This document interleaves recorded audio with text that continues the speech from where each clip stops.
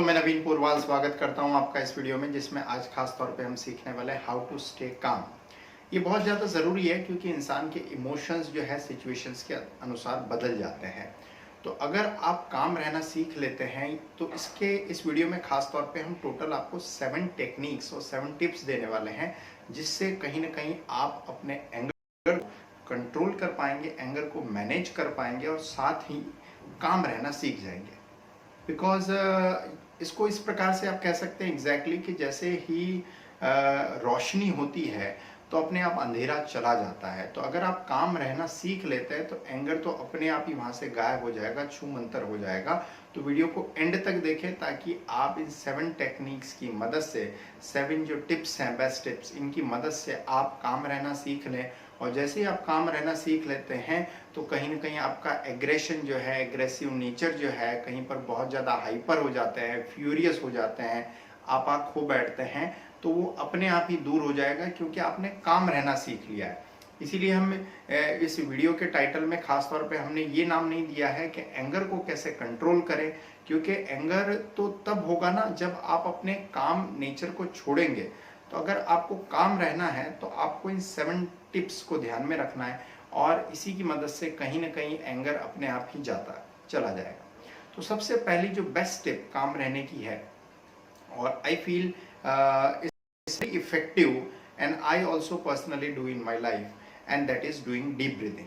First technique आप दिमाग में रखिए कि जब भी आप, और ये डीप ब्रीदिंग सिर्फ काम रहने के लिए नहीं है, इसके तो बहुत सारे बेनिफिट्स हैं। अगर आप गूगल पे जाकर इतना भी लिखेंगे what are the benefits of deep breathing, तो आपको बहुत सारी चीज़ें उसमें मिल जाएगी। इसलिए इस टेक्निक को और इस एक्टिविटी को ध्यान रखिए कि हमेशा डीप ब्रीदिंग कर लीजिए। जब भी आपको थोड़ा बहुत भी एग्रेशन आ रहा है, गहरी लंबी सांस लीजिए, हैव अ डीप ब्रेथ। और जैसे ही ऐसे करते हैं तो अंदर के जो भी टॉक्सिक्स होते हैं, जितनी भी नेगेटिव हमारी एनर्जी होती है, वो बाहर चली जाती है और पॉजिटिव वाइब्रेशंस अपने आप ही अंदर आ जाती है। तो just try simple practice deep breathing before interview में जाने से पहले कर सकते हैं, स्टेज पर बोलने से पहले, पब्लिक स्पीकिंग में, एग्जाम्स में, हर जगह आप जहां भी आपको लग रहा है कि यहाँ मैं थोड़ा अनकंफर्टेबल फील कर रहा हूँ, फटाफट से डीप ब्रीदिंग कर लीजिए। अपने आप काम हो जाएंगे और अपने आप ही जो नेगेटिव फीलिंग्स है या एग्रेसिव नेचर है वो दूर चला जाएगा। So the first technique you should always keep in mind, that is deep breathing. Second बहुत इंपॉर्टेंट मैं फील करता हूँ काम रहने के लिए कि अपने ब्रेन को एंगेज किसी एक्टिविटी में कर दीजिए। जैसे ही आपको लग रहा है कि मैं थोड़ा सा हाइपर हो रहा हूँ या मैं कहीं ना कहीं अपने इमोशंस को बहुत ज़्यादा एग्रेसिव कर लिया है, बहुत इंटेंस हो गए, तो अपने ब्रेन को किसी और एक्टिविटी में इंडल्ज कर दीजिए। फॉर एन एग्जाम्पल, आप काउंटिंग में इंडल्ज कर सकते हैं, कुछ मैथ्स कैलकुलेशन में इंडल्ज कर सकते हैं, आप चाहें तो कुछ रिडल्स या पजल्स का समाधान कर सकते हैं, सुडोकू सॉल्व कर सकते हैं। कुछ भी ट्रिकी चीज़ों को सॉल्व करने में अपने ब्रेन को एंगेज कर दीजिए। जैसे ब्रेन किसी और काम में लग जाएगा तो जिस वजह से आप एग्रेसिव हो रहे थे, जिस वजह से आपकी कामनेस जा रही थी, वो अपने आप ही दूर हो जाएगा क्योंकि ब्रेन दूसरी एक्टिविटी में इन्वॉल्व हो गया है। तो आप दूसरे किसी काम में अपने ब्रेन को एंगेज कर दीजिए, तो अपने आप ही आपकी कामनेस उसमें बनी रहेगी। थर्ड चीज मुझे लगता है ये आपको बहुत ही पर्सनली फील होगा कि बहुत ही इंपॉर्टेंट है, और वो है listening to some soothing effect music. ऐसे म्यूजिक को सुनिए जिससे आपको कहीं ना कहीं पॉजिटिव वाइब्रेशंस आती है। फास्ट और बॉलीवुड के रॉक और हिप हॉप वैसे म्यूजिक नहीं सुनना है, आपको ऐसा म्यूजिक सुनना है जो आपको पीस दे, जो आपको काम दे। बहुत फास्ट ना हो, स्लो हो, मीनिंगफुल हो, ऐसे म्यूजिक को आप सुन सकते हैं। सूदिंग इफेक्ट आपको देता हो, तो काम म्यूजिक सुनने से भी आप डेफिनेटली काम रह पाएंगे। That is my third tip. Fourth tip जो बहुत ही इफेक्टिव आपके लिए रहेगी, और that is moving away from the locations. उस लोकेशन से आप मूव अवे हो जाइए जहाँ पे आपको एग्रेशन बहुत ज़्यादा आ रहा है या जहाँ पे आपकी कामनेस आपसे दूर जा रही है। फॉर एन एग्जाम्पल, आप अपने कलीग्स के साथ, अपने फ्रेंड्स के साथ, अपने क्लासमेट्स के साथ किसी बात पर डिस्कशन कर रहे हैं, और डिस्कशन करते करते करते आप उतना ज़्यादा डीप जा चुके हैं कि वो जो नॉर्मल कंफर्टेबल सिचुएशन थी वो कहीं ना कहीं कन्वर्ट होती जा रही है, काफ़ी वायलेंट होते जा रहे हैं और हिंसक आप रूप धारण कर रहे हैं। तो just move away from that location, zone out हो जाइए, वहाँ से टाइम आउट कर दीजिए, क्योंकि उस टाइम में रहना, उस पर्टिकुलर उस पूरे माहौल को नेगेटिव वाइब्रेशन से भर चुका है। तो फॉर एन एग्जांपल, जैसे मान लीजिए कहीं आग लगी है और आप वहाँ पे बैठे रहते हैं और आप सोचते हैं फायर ब्रिगेड आएगी और तब इस आग को बुझाएगी और तब मैं बाहर निकलूंगा, तो that step we do not take. What we do, just we run away from the place जहाँ आग लगी है।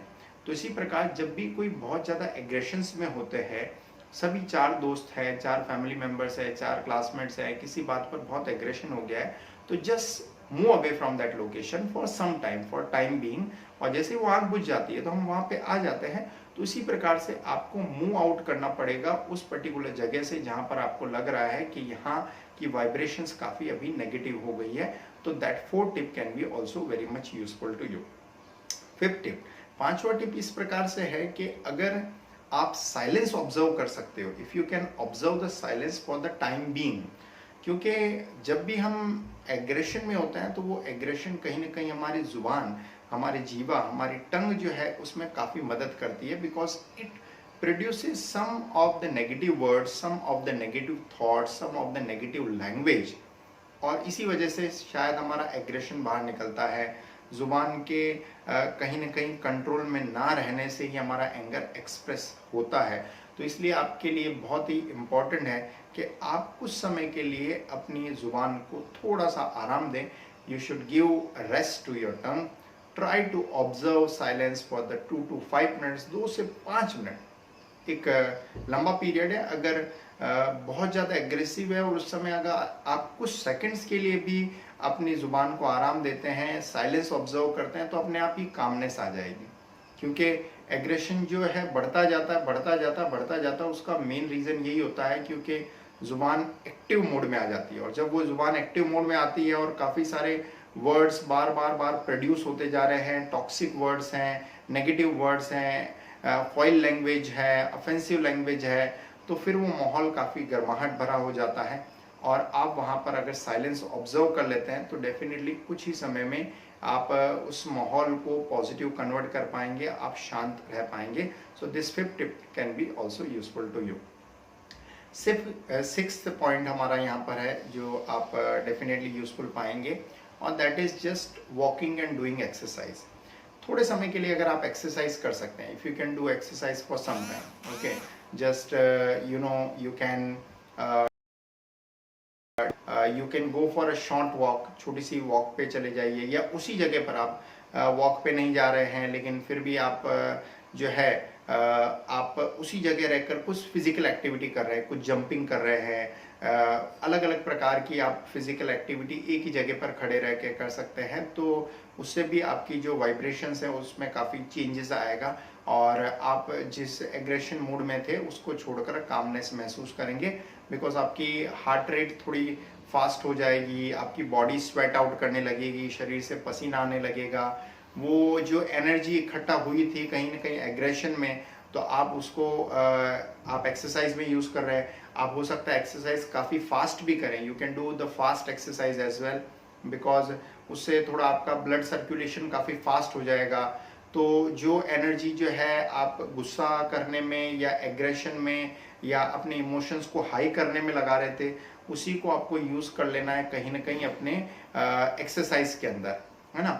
फास्ट एक्सरसाइज करने में आप यूज़ करते हैं तो डेफिनेटली वो भी आपके लिए यूज़फुल है, क्योंकि आपकी बॉडी स्वेट आउट करेगी, और जैसे बॉडी स्वेट आउट करती है तो that is also very much useful for your brain और फॉर योर एंटायर बॉडी, और by that somewhere you will be able to keep your emotions in the comfort way. Last but not least 7वां point है हमारा, ये 6 point मैं बता चुका हूँ, और that is very useful and effective, that is talk to your friends. आप किसी भी अपने अच्छे दोस्त से बात कीजिए उस समय जब आपको बहुत ज़्यादा एग्रेशन लग रहा है। Childhood friend, close friend, old friend who knows some funny activities of the past, a lot of memories आपकी उनके साथ है। जब भी मूड अपसेट है आपका, अपने कोई क्लोज कजिन से बात कर सकते हैं, रिलेटिव से बात कर सकते हैं, आप अपने फ्रेंड से बात कर सकते हैं। just talking to these type of people will somewhere change your mood, change somewhere। आप तुरंत बात करते ही आपको कहीं ना कहीं ये महसूस होगा कि डेफिनेटली मेरे जो इमोशंस है उसमें एक अच्छा खासा बदलाव हो गया है। बिकॉज अगर उस समय आप एक बंद कमरे में हैं और किसी थॉट को पकड़कर बहुत ज़्यादा सोचते जा रहे हैं, तो एक तरीके से आपका जो नेगेटिव इमोशंस है वो भी बढ़ते जाएंगे, right? So this tip also can be useful, that talk to your friend on the call और फेस टू फेस और video calling, if you can do that is useful. तो मैंने टोटल आपको 7 टेक्निक्स बताई है। अब सातों में से आपको जो ज़्यादा इफेक्टिव महसूस होती है उसको कर सकते हैं, but all the 7 tips, all the 7 techniques going to be helpful to you। सातों में से आपकी जो रिक्वायरमेंट है आप उसको अप्लाई करिए, क्योंकि हर एक का जो है कहीं ना कहीं मेंटेलिटी अलग होता है, हर एक की पर्सनालिटी अलग होती है। तो इसी हिसाब से हर एक व्यक्ति को हो सकता है कि काम रहने में एक ना दूसरी और दूसरी नहीं तीसरी जो है टेक्निक काम में लगे। आई बिलीव ये वीडियो आपके लिए काफ़ी यूजफुल रहा होगा। इन 7 टेक्निक्स में से आप कोई भी टेक्निक अपनी डेली लाइफ में यूज़ कीजिए। जो खास तौर पे फर्स्ट टेक्निक जो है आई पर्सनली रिकमेंड कि उसको आप कीजिए, क्योंकि उसमें बहुत ही फिक्शन ऑफ द सेकंड में, जैसे लास्ट मैंने टेक्निक बताई कॉल योर फ्रेंड्स, तो हो सकता है उसमें काफ़ी समय लगे, लेकिन डीप ब्रीथिंग में आपको ज़्यादा समय नहीं लगता है, तो इसको आप क्विकली जो है कर सकते हैं और definitely it is going to be very much helpful to you. Video अगर अच्छा लगा है तो फैमिली मेम्बर्स और फ्रेंड्स को शेयर करना ना भूलें। इसी तरह के और भी ऐसे वीडियोस देखना चाहते हैं तो चैनल को सब्सक्राइब ज़रूर करें ताकि अच्छे और वीडियोस देख पाएँ। Ultimately thanks for watching.